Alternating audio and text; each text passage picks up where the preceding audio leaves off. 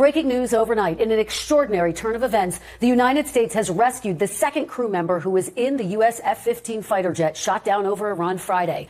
President Trump texting me directly this morning. The rescue was an Easter miracle. The enemy was large and violent. The rescuers were brilliant, strong, decisive, and as cool as anyone can be. The Iranians thought they had him, but it wasn't even close. And remember, we got two, but couldn't talk about the first, in that it would have highlighted that there was a second. Such a rescue has never happened before in so violent an enemy territory. It is usually not done because it is considered not doable. Such a great military like no other.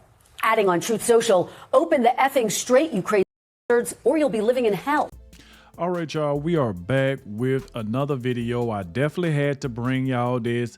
And why is it every time President Trump do something good, it seems like the liberal media has a problem with it, no matter what this man does?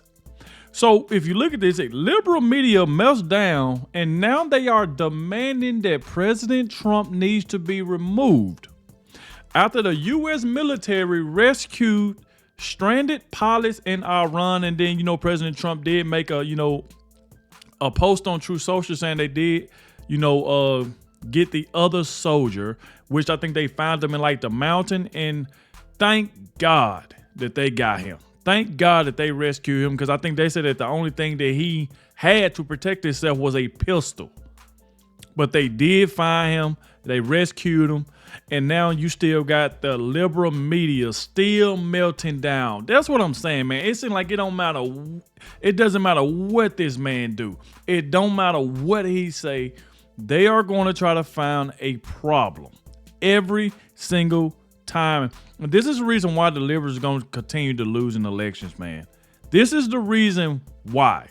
And a lot of them was out making posts, was saying that they was hoping, that the soldiers was dead and stuff like that, just so they can just say something at President Trump. This is what they doing. This is how mad these people are. This is just shows that they dislike that they have for President Trump. They just want everything he do to just go wrong. This is what they want. But we're going to dive straight into it, because President Trump just went off on our run, and you won't believe the post he just made. So please hit the like button, subscribe to the channel. Shout out to everybody showing so much support, and shout out to the ones always watching the entire video. All right. So we're going to go ahead and dive straight into this, because I mean, this right here is just unbelievable. So let's get to it. If you can see right here from President Donald J. Trump, he said, "We got him. My fellow Americans, over the past several hours, the United States military pulled off one of the most daring search and rescue operations in U.S. history for one of our incredible crew member officers, who also happens to be a highly respected colonel, and who I am thrilled to let you know is now safe and sound. This brave warrior was behind enemy lines in the treacherous mountains of Iran, being hunted down by our enemies, who were getting closer and closer by the hour, but was never truly alone, because his Commander-in-Chief, Secretary of War, Chairman of the Joint Chiefs of Staff, and fellow warfighters were monitoring his location 24 hours a day and diligently planning for his rescue. At my direction, the U.S. military sent dozens of aircraft armed with the most lethal weapons in the world to retrieve him. He sustained injuries, but he will be just fine. The miraculous search and rescue operation come in addition to a successful rescue of another brave pilot yesterday, because I think it was like two of them, because they had their plane shot down, what they were saying, which we did not confirm because we did not want to jeopardize our second rescue operation. This is the first time in military memory that two U.S. pilots have been rescued separately deep in enemy territory. We would never leave an American warfighter behind. The fact that we were able to pull out both of these operations without a single American killed or even wounded just proved once again that we have achieved overwhelming air dominance and superiority over the Iranian skies. This is a moment that all Americans, Republican, Democrat, and everyone else should be proud of and united around. We truly have the best, most professional, and lethal military in the history of the world. God bless America. God bless our troops, and happy Easter to all. That right there was what President Trump had to say. And don't y'all know, y'all got liberals out there that was pissed off over this message because they wanted something to happen to our soldiers? Now they demanding that President Trump be removed. And we'll get to that in just a second. I'm going to show y'all exactly what these, liberals are saying right now. So, but President Trump didn't stop there. It's a breaking. President Trump said the Iranian civilians want him to go berserk on the regime's infrastructure and power plants. Look at what President Trump posted. Tuesday will be Power Plant Day and Bridge Day, all wrapped up in one in Iran. There will be nothing like it. Now, this is where President Trump got pissed off. He said, open the effing strait, you crazy bastards, or you'll be living in hell. Just watch. Praise be to Allah, President Donald J. Trump. He's not playing around at all. And this is the reason why Democrats and liberals, that's the reason why they be so mad at this man, because Joe Biden couldn't do what President Trump is doing. That's the reason why. So like I said before, they just want everything to go wrong when it comes to President Trump. This is what they want. Now, as I just said, President Trump told ABC News' Richard Scott that the war with Iran should be over in days, not weeks. He warned that if a deal is not reached by Tuesday, we're blowing up the whole country and very little will be off the table. And that goes to show you that this man is not playing. But let's check this out. He also spoke earlier with our Rachel Scott. What did he tell her?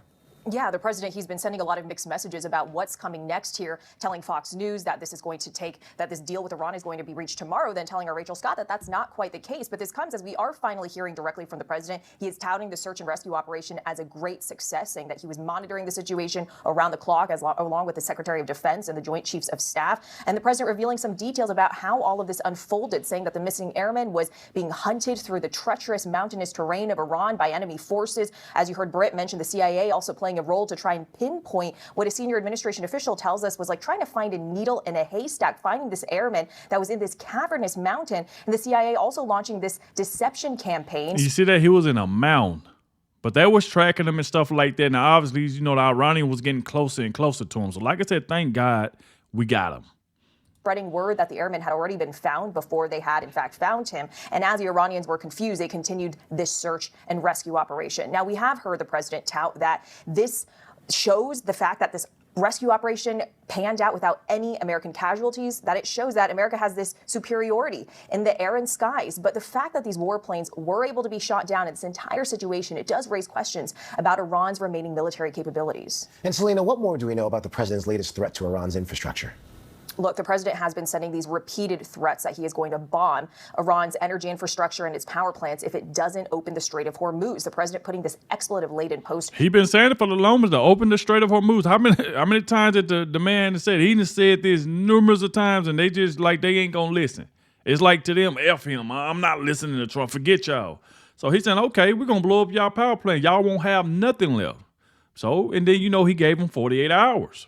This morning saying that they need to open the strait or, quote, you'll be living in hell.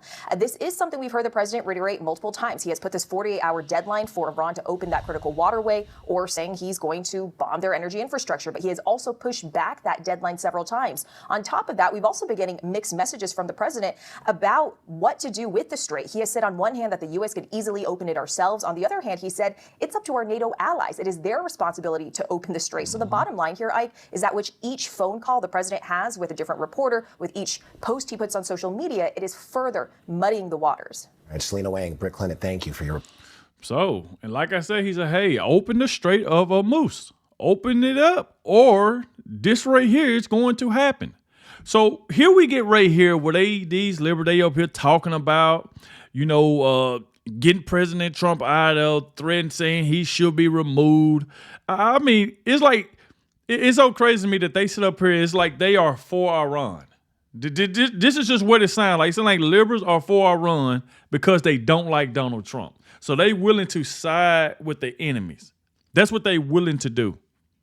It's like, come on, man. But let's check this out. Joining us now, former federal prosecutor and senior writer for Politico magazine, Ankush Kadori. Laura Brown Lopez is also back with us. Ankush, I'm going to go back to the president's tweet here. Open the fucking strait, you crazy bastards, or you'll be living in hell. Just watch. Praise be to Allah. President Donald J. Trump. That is a quote from the president. So yes, we are saying it on television. Parental warning. I have been stuck on, so much so that we're doing a segment on it on the 9 o'clock, that what the president and this administration has been saying for at least the last week that they actually did knock down a bridge that they said the military was using, that civilians used. They said that they're going to take out all of the power plants. The president said Tuesday would be power plant day.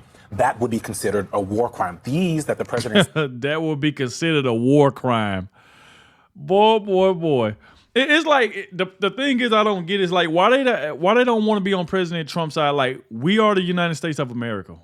It's like, why? I just don't get it. And it's all because of their hate for this man. It's all because of their hate. They will get mad if they went in Subway and President Trump went in Burger King. It's like, golly. Even when they know President Trump doing something that they agree with, they still got to get on camera and just go against him because they don't even want to be on camera agreeing with President Trump. When the last time you ever heard of Jasmine Crockett agree with President Trump, or Ilhan Omar agree with President Trump, or that dollar store Barack Obama, Hakeem Jeffries, or Chuck Schumer? They never agree with him at all. Never. Just don't make any sense. Now they're talking about war crime. Saying sound like, to me, and a lot of experts, war crimes. And then you have the president with this new Truth Social today. It's very difficult for me to process this moment. I mean, this is a very unprecedented statement. We have the president of the United States basically declaring his intent to commit war crimes, right? You've accurately described the law. You're not supposed to be targeting civilian infrastructure, even in countries that you are nominally at war with. Oh, my and this is just a further escalation of the Trump administration's sort of lack of interest in domestic international law, right? It started with the boat strikes off the in the international waters, off the central, right? Then we had the deposing of the Venezuelan president. We had the war in Iran, and now this, which is disgraceful. Absolutely disgraceful, coming from our U.S. president. Oh, and, my God. The language is disgraceful. The claims are disgraceful. This is historically terrible communication. This is the sort of thing, I hate to say it, that you would expect to be introduced in a war crimes tribunal in the future. Yeah. Actually, I just want to weigh in quickly because David Rode, who was just on with us, sent this is one of our insane. producers his reaction to this tweet, and it's very insightful. This will offend Iran's hardline jihadist leaders. It doesn't frighten them. Bullying religious extremists who want to become martyrs doesn't work. He says he's witnessed this in Afghanistan and Iraq. Just to clarify, we also want to make a clarification. 1 p.m., the press conference will be tomorrow with military leaders in the Oval Office. With the president. Laura, I know we're supposed to be talking about who the next attorney general is going to be, but this right here from the president of the United States, were it anyone else, we would be talking about the 25th Amendment. People in... Oh, now we're talking about the 25th Amendment. My God, bro. But they ain't gonna talk about what Iran did to American people over the years, the deaths, and it's like, come on, dude. No matter how much you hate President Trump, it's like, golly, even when y'all know he's right, we know he's right. We know President Trump is doing a good job. I mean, look at his approval rate. Look at his approval rate. I mean, you even had Scott Jennings had to jump on and say some stuff. We'll get to that shortly, though. But here go them talking about the 25th Amendment and war crimes and all of this. Congress would be raising hell. And why do I get the feeling that neither one of those things is going to happen? I know this is just breaking, so you haven't even had a chance to work your sources here. But when the president does stuff like this, incendiary things like this, is there any behind-the-scenes panic from his staff that what he's doing is really undermining his presidency, but also America's standing in the world? Any kind of panic? And safety. Oh my God. There's some panic. I mean, White House staff who have worked for President Trump, whether it's during the first administration or now, will acknowledge that half the time, probably more than half the time, they are reacting to what he is doing. They are learning about what he is doing when he does it, when he posts it on True Social, when he says something different in a press conference, when he goes off the cuff on speeches. That is him deciding. You can see it play out when reporters are asking him questions about the war as well, that he is sometimes just deciding in that moment what he wants to say or what he wants to pursue. Now, to your point, yes, I think that your assessment is right. Are we going to see Republicans running out saying this is unacceptable, frightening, and that we actually should support a war powers vote? No, you're not going to see that, because there are plenty of Republicans who have also encouraged the president to take more aggressive action, namely someone like Lindsey Graham. So we don't even have to listen to that whole thing. I just want to give y'all the gist of what they was talking about. Oh, he need to be removed. Oh, war powers, the 25th Amendment. Oh, Congress should be raising hell. It's just all of this. But yet you got John Fetterman, one of the only Democrats that's standing with President Trump. I mean, everybody else is just against whatever the man do. So to Democrat, a lot of these liberal, President Trump can't do no right in their eyes, pretty much. Let's check out this clip right here. Great news overnight that the America has apparently retrieved the second aircrew that was ejected out of the F-15 that was downed over Iran. And as a former fighter pilot myself and somebody who's ejected, I have first-hand experience of what that pilot must have gone through, and particularly what the families will have felt. Just how complicated was that rescue mission? So many would imagine it's just a helicopter going in to retrieve this pilot as part of the combat search and rescue operation. In fact, far from it. It's a much more complicated operation. Not only aircraft, but also there are reports suggesting that the CIA was involved, mounting a deception operation. Why is that important? Because you want to build as much time as possible before the Iranians actually come after the aircrew on the ground to provide the maximum amount of time for the American Special Forces and the combat search and rescue teams to identify, find and extract these pilots. Time is critical. When they finally cleared the area, when they've identified the aircrew person on the ground, he will almost certainly be lying down, face down, arms out, because he mustn't present a threat to the teams coming in. They will land a helicopter very close by. They'll treat him very roughly, grab him, pile him onto the helicopter, and then all of them will try and get out safely. Now, we do understand that the aircrew was injured, probably as a result of the ejection, but we understand he'll be okay. We also understand that there was an engagement. In other words, that there were some Iranians trying to stop this operation. These operations are not without risk. As a former fighter pilot, you operate well above the area of these risks. But when you're doing a search and rescue and a retrieval operation, you've got to get down. It's got to be low level. It probably would have been at night to try and maximize the surprise and also the covert nature. But there'll be massive relief. I know when a former colleague of mine was shot down, there's grave worry, particularly with your colleagues. You're part of a close-knit family on the squadron. We haven't been talking about the name of the pilot. We just haven't known. They will have known, and so will the families of the people involved. And it will have been very harrowing times. Are they okay? Have they survived? Are they badly injured?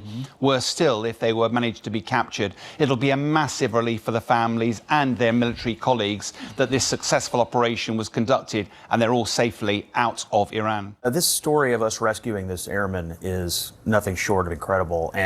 And what the United States military is able to pull off, I mean, it's just amazing. So, we're the only ones. I mean, to say that we're thankful for this military. So, like I said, man, it just you heard what Scott Jennings said, and then, like I said, the guy was safe and sound, and that's the way it should be, man. Like, so we are happy that that they got him, and like I said, because obviously the Iranian, they was looking for him. They definitely were looking for him.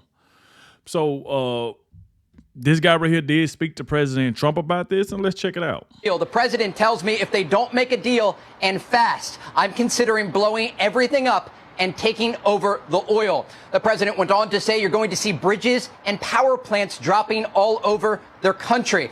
Now, I asked him about the possibility of an agreement with the Iranians. He says those who are negotiating on behalf of Iran have been granted amnesty at this time so they can continue the talks. And the president tells me he thinks he'll be able to get a deal by tomorrow. He says, I think there's a good chance tomorrow. They're negotiating now. All of this following the president's post on True Social, where he talked about these negotiations with the Iranians. We'll pull this up. He says, quote, Tuesday will be power plant day and bridge day, all wrapped up in one. In Iran, there will be nothing like it. Open the effing straight, you crazy bastards, or you'll be living in hell. Just watch.